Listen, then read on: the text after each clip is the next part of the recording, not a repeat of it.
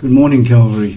My message this morning is in two parts. Part of it is Roy Callipin's testimony, which I believe reflects the tenacity of his faith. And the other part is actually a message on the tenacity of faith, and something that I've been thinking about a great deal recently.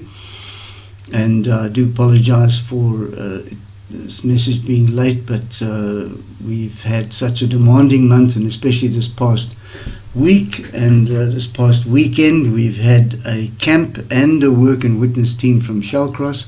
We thank the Lord that they fixed up some of our gutters and they've got our remote gate working again, which is just wonderful to have that extra security here at Camp Jonathan. We've had an average of 10 hours load shedding a day, and sometimes at the most awkward times. And thankfully we've got a gas stove and gas showers, so that has helped us a great deal. But it does give us some challenges with either no Wi-Fi at all or a very weak Wi-Fi signal. And we were under such pressure this weekend that with the Shellcross work and witness team coming, that I was very tempted on Friday to call Pastor Lazarus and just say, look, call it off.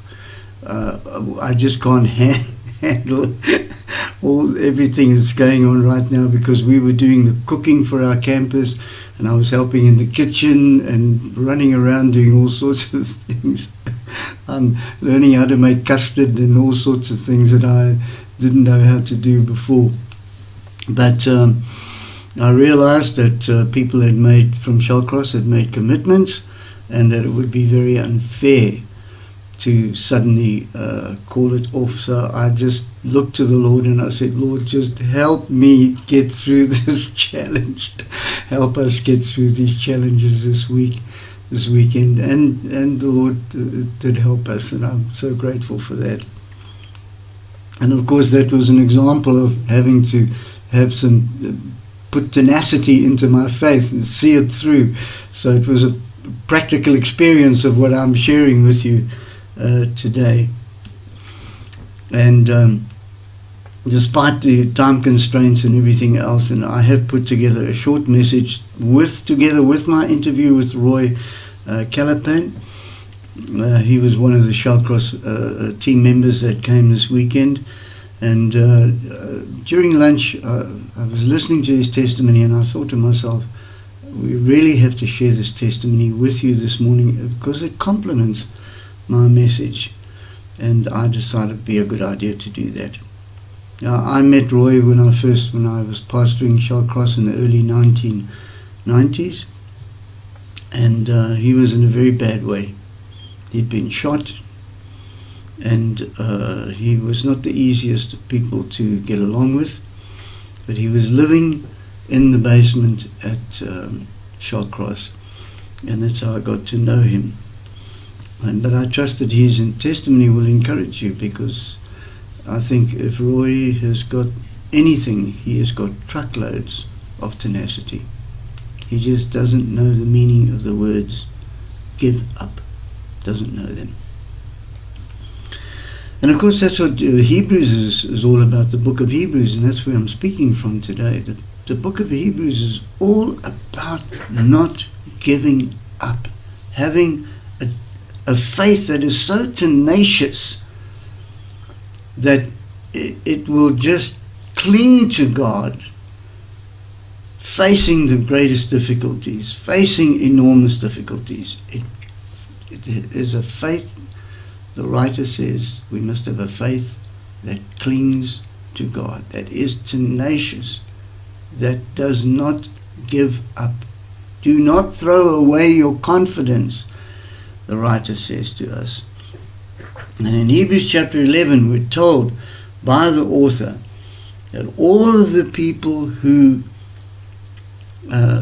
lived by faith, who possessed a faith that pleased God. And that led me to ask myself the question, what kind of faith pleases God? And more importantly, Do I have the kind of faith that pleases God? And recently I was reading through the book of Hebrews, and it seemed to me that the whole letter answers this question. What kind of faith pleases God? You know, these Hebrew believers were facing enormous challenges, huge pressures. They were in danger of wilting under the pressure. You can just see it from what the writer, is dealing with. They were being crushed by circumstances over which they had no control. Just like you and I sometimes feel like we're being crushed by circumstances over which we have no control. Difficulty after difficulty just piles up at our door. One problem after another. We ask, when is it going to end? You know, why doesn't God do something about it? Isn't he aware of our problems? Doesn't he understand the pressure that we are under? Why doesn't he do something to relieve that pressure? And why doesn't he even perform a miracle to change our situation?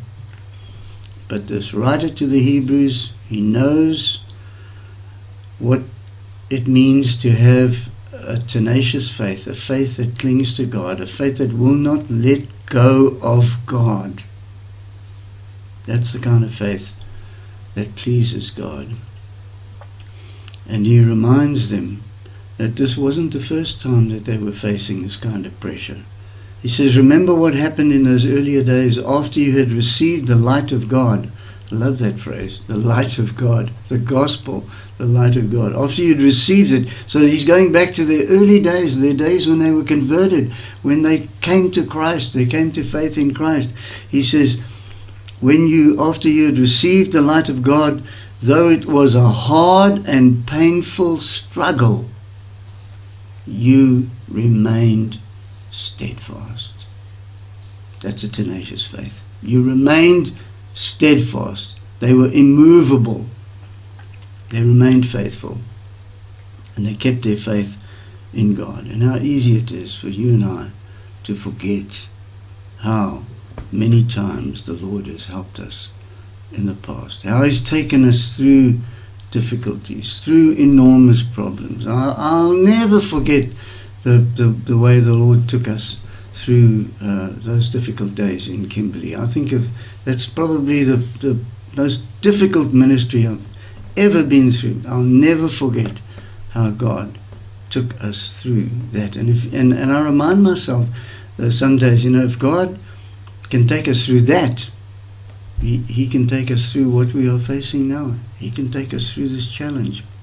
And we need to remind ourselves of how God has helped us in the past. It's easy to forget times when we thought there was no hope, no way out. But God intervened. And tenacious faith never lets go of its hold on God. And tenacity is a very important aspect of our faith. Tenacity, being able to hold on, see it through, cling to God. And recently I was looking at the words and even thinking, preparing a message on the words, but God. But God. And I was looking in the Bible and I discovered that these two words made all the difference between getting through a difficulty or being crushed by it. And one of the great examples in the Old Testament of this tenacity, this tenacious faith, this faith that is characterized by the words, but God, is the young man Joseph. If anyone was dealt a bad hand, it was Joseph. It was this young man. But God was with him, even when he was unjustly thrown into prison. And sometimes we give up too soon, or we give up without a fight, and we miss God's deliverance. But Joseph didn't. Joseph had that tenacious faith. And the day came when God opened up to his mind the whole reason why he had been brought to Egypt, even though it had been he'd been betrayed by his brothers, sold into slavery. It doesn't matter how we get somewhere. And sometimes God uses the most strange ways to bring us to a place. But He brings us to that place for a purpose. Brings us to that place for a reason. It's part of His plan. And when we don't understand it, it's most difficult to keep our faith in Him. But we must keep that tenacious faith in Him. And Joseph did, even when he was unjustly thrown into prison. And eventually the day came when God revealed to Joseph why he had been brought to Egypt. The day when his brothers came looking for help, and he recognized them, and he eventually revealed himself to them. And listen to what he said to them when they stood before him, when he revealed his identity to them, and they stood before him trembling with fear, thinking that he was now going to take his revenge out on them. But listen to what Joseph said. And here are these two words, but God. And they make all the difference. Joseph said, but God sent me ahead of you to preserve for you a remnant on earth and to save your lives by a great deliverance. So then, it was not you who sent me here, but God. There are those words again. But God. He made me father to Pharaoh, lord of his entire household and ruler of all Egypt. Joseph would never have imagined that when he was sitting in prison. Never have imagined that when his brothers sold him into slavery. God takes the long view. Joseph said to his brothers, you intended to harm me, but God intended it for good to accomplish what is now being done, the saving of many lives, but God. In his defense against the Jewish rulers, Stephen repeated the story of Joseph, and he said, because the patriarchs were jealous of Joseph, his brothers that is, they sold him as a slave into Egypt, but God was with him and rescued him. Don't we pay too much attention to our circumstances sometimes and not enough attention to God? I know I'm tempted to at times, and I'm sure you are as well. It's a very human temptation that we all face. The circumstances seem to loom large and threatening, and they, like a black cloud, they blot out our view of God. But faith looks past those circumstances, looks beyond them, reaches out and takes hold of God. Tenacious faith. That's it. That reminds itself, God never let me down before. Why should He do so now? I am in His loving providence. I'm in His hands. And Jesus said that nothing can snatch us from His hands. Paul was another one. Also, the words, but God, that made such a difference in Paul's life. Listen to him. He says, this comes from Corinthians, when we came to Macedonia, this body of ours had no rest, but we were harassed at every turn, conflicts on the outside, fears within. Who of us don't feel that fear when we are faced with those conflicts and those difficulties and those impossibilities? Who of us doesn't feel that fear? We feel it. We all feel it. But Paul says, conflicts on the outside, fears within, but God. See, that makes the difference. But God. Yes, there are enormous challenges in all of our lives, but God is ready to stand by us, is ready to help us, so long as we put our faith in Him, a tenacious faith that refuses to give up. But God, said Paul, who comforts the downcast, comforted us by the coming of Titus. There we are. Paul, they felt all alone. They felt abandoned. They had all these tremendous pressures they were facing. And then God sends Titus to encourage Paul. You'd think Paul was such a great spiritual giant, he'd never ever need encouragement. He'd never feel that he was being knocked down or knocked out. But he knew it, he felt it, he experienced it. But he knew that God would stand by him, just as He will stand by you and I. And the words, but God, are the words that make the difference. They make the impossible possible, and they make the unbearable bearable. If it not were God's intervention, for His support, His grace and strength, we'd all buckle under the strain. And someday we face Mount Everest, the Mount Everest of difficulties, and we might be tempted to throw in the towel. We ask the question, why me? We say, oh no, not another problem, when will it end? But God will stand by us. You know, someone who showed tremendous tenacity in the face of insurmountable odds is Nicky Vujicic, and I'm not sure if I'm pronouncing his name correctly. He didn't let his disability get in the way of his progress in life. He was born in Australia with tetraamelia syndrome, a condition that involves having incompletely formed limbs, no arms and legs.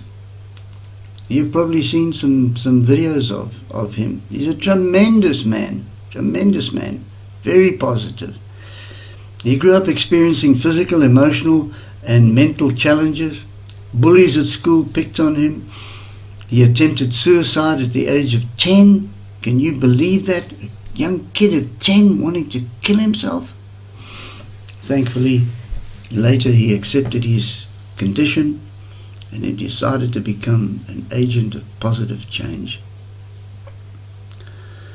And now he's an international inspirational speaker, best-selling author.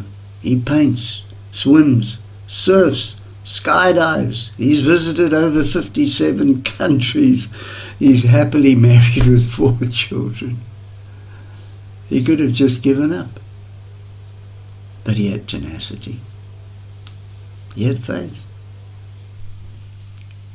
He stuck with it. In the face of our difficulties, the Bible always encourages us, in Hebrews especially, to keep our faith in God. And Hebrews says, so do not throw away your confidence. It brings a great reward. You need to be steadfast if you are to do God's will and receive what He has promised. What kind of faith pleases God? What kind of faith does God reward? What kind of faith receives what God has promised?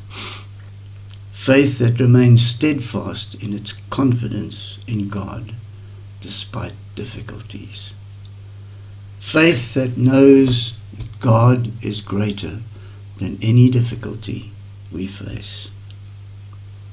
And what is faith? Faith is resting our hearts in God, because all other ground is sinking sand. May God bless you, and may God bless us with a tenacious faith that will never give up, and that especially will never give up on God. God bless you. Amen.